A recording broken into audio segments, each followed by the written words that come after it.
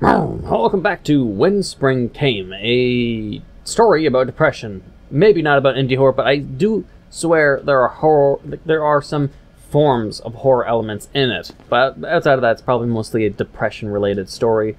But we're continuing on with the adventures of Kana, or at least I presume her name is Kana because I forgot it. So let's check up on Momo. Momo, hello, you're Momo. You got home. Good morning! So did you have fun? You should have come with us. It was pretty fun. We were eating cakes and singing oh yeah, by the way, the landlady was looking for you. Oh, where is she? She's downstairs, I think. Thanks, I'll need to see what she needs. Oh, great. Yeah, so then her name is Kana. I remembered, thank God. But yeah, the story probably is why I was here day and play some wild music at night. Sigh. I've got nothing to drop in the box. Probably no matter what we do, she's going to have some form of depression. Like, if we went to karaoke, that would mean we procrastinated doing homework, and she'd get anxiety and depression. If we go home because we are low energy, and we go to bed, it's because of depression. It's going to be a non-stop cycle, no matter what actions we choose. So I think the mentality and the theorized message or moral of the day is, if you have chronic depression, even if you do have choices, they will feel like they all mean very little, because at the end of the day, the results or consequences will probably remain all the same, which probably is going to be the message of the day, perhaps. Hello! Momo said you're looking for me. Do you still remember my friend that visited here last week? No. Well, apparently, yes.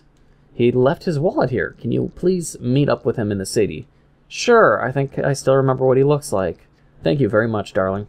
Here it is, thank you very much. Why? Why is it my task? Why is the landlord giving me this duty? This guest that appeared, and you give it to me? Why? Why is it the landlord's duty? You're the landlord. Why is it my duty? Why? Give wallet back. Fuck me. Why am I being given this task? Is this normal from where the developers are from? I'm not sure if it's Korea or China. Probably somewhere around that general region. Sorry if I'm not being specific. It didn't say it on the Game Store page, I don't think. But yeah, why? Why is it my task? It doesn't feel like something that I should be responsible for, and it's just going to take away more of Kana's precious time to do homework. She woke up, she checked on Como, Como. Glad to see siblings getting along. Momo, sorry, Momo. I'm mixing up Kana and Momo. She went to check to see if she's alright. She's thinking of others. You have to think for yourself. I wonder if she's happy right now. No, I don't have time to think about it. My parents will not be happy if they learn that I get carried by my emotions easily. It's fine if you have your emotions, but it's just, you need to be able to have control of them at the times that it's most important that you have control. If you are unable to keep any form of control, wish I was able to buy some happiness in here. If you're unable to control the emotions, whether relating to depression or not, I've never really had this ramen house full, even though the owner is really good at making ramen. There's always going to be two people. Yeah, you always need to have some form of control with emotions. For me, for instance, the only emotion I have problems keeping in check is irritability. I have pretty short temper, usually, sometimes. Hey, you. No, you. Hey, hello! That was a weird hello. Hello, our landlady asked me... Jesus Christ. Our landlady asked me to give your wallet to you. Oh my, you saved me. I thought I'd lost my wallet for sure. You left it in the dorm by the sofa. How did you manage to leave it? There are things that science can't explain. I should tell landlady-san that I returned the wallet. Tell landlady. Did you know the water in Starbucks is free? Huh. Is it in here? I want this girl to get some fucking food. Apparently not. I'm worried both about her health, not because of depression, but because I don't see her eating. But yeah, I was talking about emotions, keeping in check. Having it so you get sad easily, depressed easily, anxious easily. There's always a lot of things that we, as human beings have to sort of get in control of as we get older and as we mature and as our knowledge and wisdom grows. It's normal life. It's just as long as we have a capacity to control it.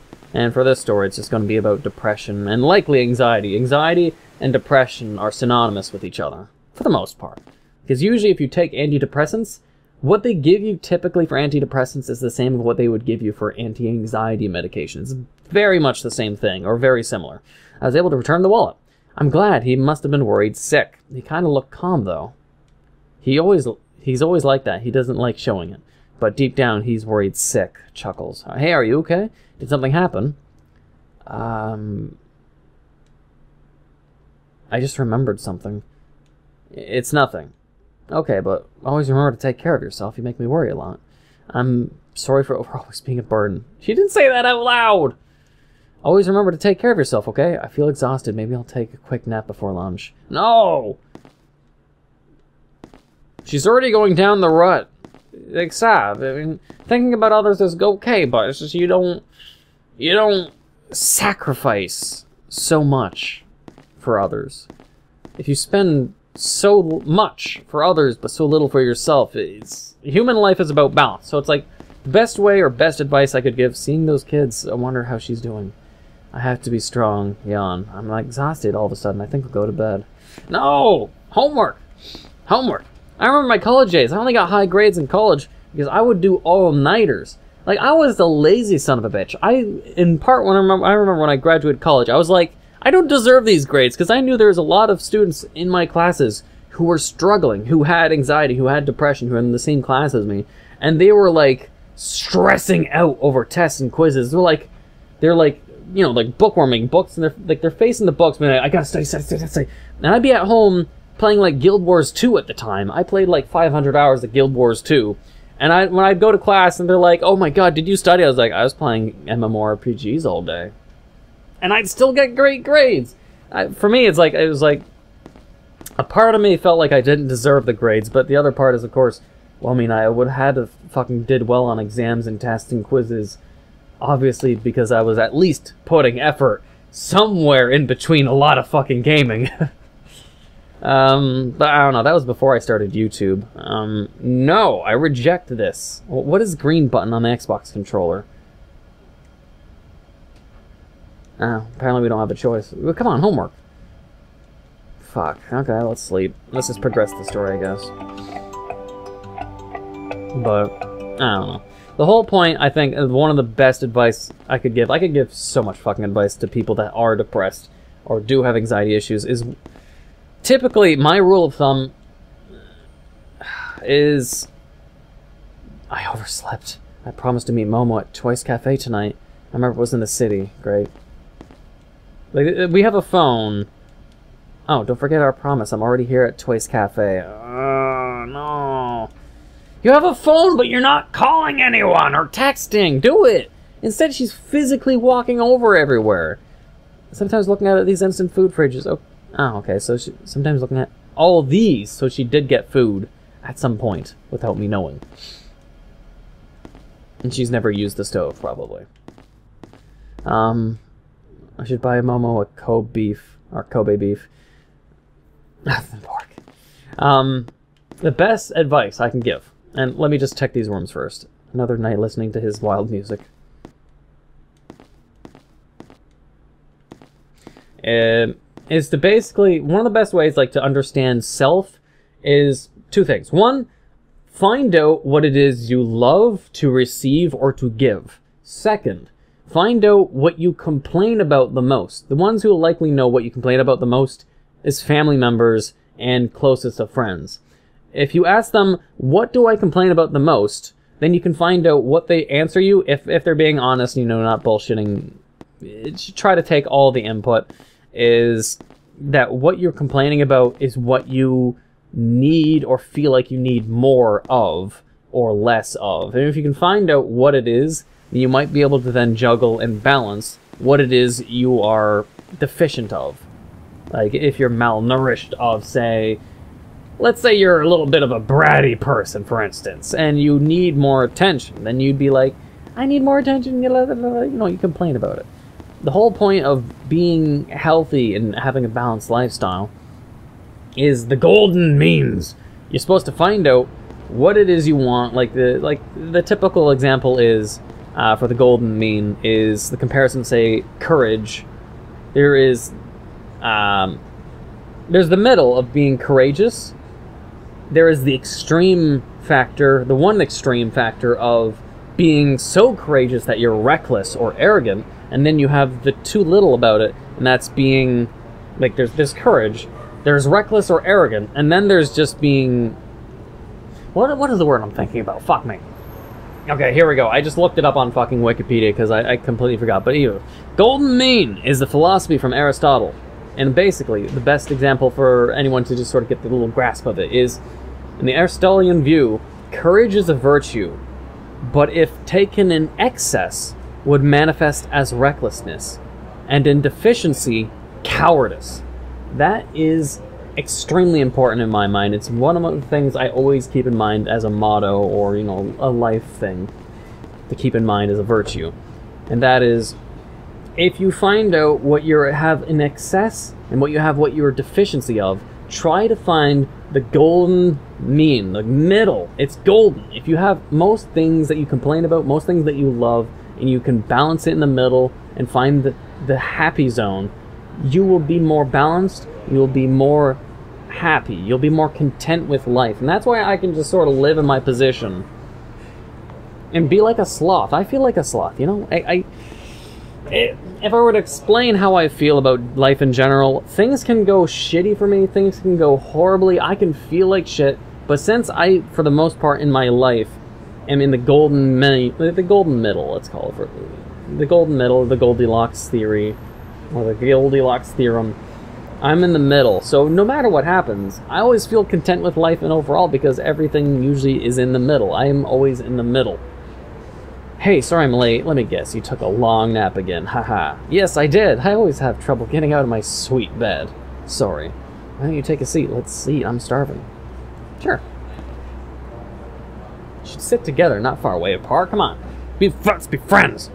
And that's how I met Mina. But yeah, I don't know. Let me try to wrap up my thoughts. Just, yeah. Find what you complain about. Excess, deficiency, find the middle. If you can find the middle and you can write it down, even if you need to make a journal, I would think it is opportune for anyone who's having depression problems, anxiety problems. Find that golden middle and you yourself will become golden. That is basically my rule of thumb. And I think most people, or a lot of people, should really see things in that light.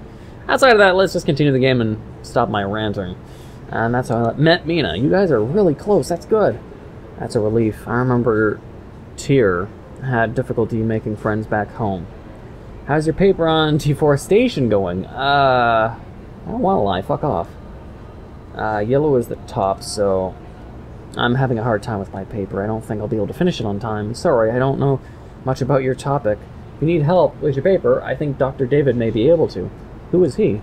He has authored a lot of books about deforestation. Will you be willing to help me? Won't I just be a burden? I'm sure he'll be more than glad to help you. Okay, I'll go ask him tomorrow. Good. His office is in our same floor as our classrooms. By the way, I got you something. It's a diary. You seem kind of down lately. I just thought I'd get you something. Journal. Perfect. You didn't have to. I'm completely fine. No fucking lie. No fucking lying. There's one thing I don't do in life, and that's lying. Thank you very much. You didn't have to. White lies, sort of okay, but no fucking bullshit. Whenever you are feeling down, just write something in it. Maybe write anything that comes to mind when you are sad. What are you talking about? I'm not sad at all. Stop fucking lying. I just thought, you know, just Tyr, haha. Tyr had a hat. Well, let's not go there, Momo. You're right, I'm sorry for bringing her up. Come on, let's go back to the dorm. It's pretty late. I just woke up. It was nice. I think I became closer with Momo. I don't know where to place this diary. I'm not sure how to use a diary. Maybe I'll try it out another day. I'll place it on the table near Mr. Fishy. So wait, where's Mr. Fishy? On the table? Mr. Fishy at least is still alive, even though I never feed him. Yeah, there we go. Let's write a diary. Let's do it. Let's do it. Let's do it. Come on. She's like so many days have passed and we haven't even touched it. And it's May 1. Wait, is it always May 1? That's not a calendar, is it? Day 26. Wasn't it day 21 before? Wasn't it? Wasn't it 21? I wonder why Momo gave me this diary. I've never really used one before. Use it! God damn it! I don't even use one, but I know how it can help people that are in a strut of things. Because then, it's like... It's sort of like on YouTube. Or if I go back 2 years and look at my past performances, it's cringy. Similarly, diaries, for those not used to it, you can write down your innermost thoughts. And let's say a year passes by and you reread a portion of the diary, and you'll be like, wow, I was in that position. You'll be astounded at reading what things you wrote. Sort of like if you go back and read things you wrote as a child, you can't usually remember why you felt the way you did or how you overcame it. It just either happens or it's a progress in your life that you actually just overcome. And either you remember it or you don't. Most of you probably forget all of them. No, most of them, probably. But a lot of the ones that mean the most to you, you'll remember. But, I don't know. The diary would be important for those that are struggling in some ways. Not for everyone, but I would recommend a diary probably for those that need to collect their thoughts, not bullshit to themselves. They need more personal time. I'm smelling grilled pork again. Is she actually grilling pork every day? What the hell? So, I went to there. I didn't check the computer. Let's see if we can do some of the report. We need to then go to the school, report to the teacher, Dr. or Mr. David, and hope that he can help us with the report. Finally, I'm almost done with my research. Oh, okay, that's good. Progress is being made in between sleeping. That's good. I'm presuming she's just not fucking eating and not doing anything. When are you going to teleport behind my back, Mr. Goblin? There's nothing much but junk. I'm too lazy to cook. I should start finding some motivation. Alright. Let me just check the time now.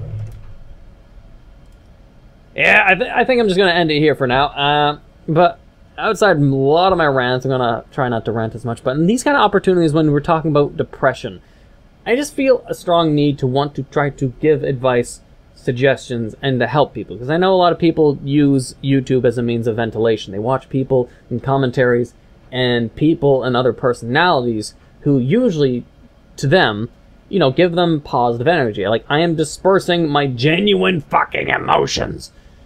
It's a weird emotion. It's a weird energy. I know, it's a weird energy. It's not over-dramatic. It's not exaggerative. But for the most part, it's just me trying to be real and connect with you in the camera. Why I look tired or high as fuck a lot, but I just, it's my inner desire. Like, my major, and I do want to become a psychologist or counseling therapist. So, I mean, my passion, even if I don't have it as an occupation currently, I love to help people, and I want to help people. And it's one of the reasons why I want to do YouTube is, if I can get a strong voice due to being more renowned or popular on YouTube, I can then use my voice to help people. Not just with money even, but, it's just your voice. You need to have a voice if you want to help people. If you do it through occupation, then it's a renown based on your expertise and your experiences with people in a professional level. On YouTube, it would be garnered by the unofficial aspect of being an unprofessional person who gives good advice. Think of it like Dr. Phil, except I'm not a fucking carpenter, and I'm not bald, and I don't have a, well, I'll tell you what accent, Bob Hill, propane, and shit like that. I'm not Southern. And that was mildly stereotypical, that was stereotyping Southerners. I'm sorry. I won't do it again. I probably will. I'm gonna end this episode here. I hope you enjoyed it, had a laugh, or you enjoyed my ranting. If you did, please leave a like, comment, hit that subscribe button, become a subscriber. If you disliked it, you can hit that fucking dislike button. I don't give a fuck. But outside of that, I did hope that you did enjoy anyways. If you did, hit that like, comment, hit that subscribe button, become a subscriber. Until the next time. And we'll do it for real this time. For real. Censor, then go to the turnstile without spilling my delicious coffee. Okay, we got this. Okay, no. Gonna moonwalk. No, I wanted to moonwalk. Ah, fish.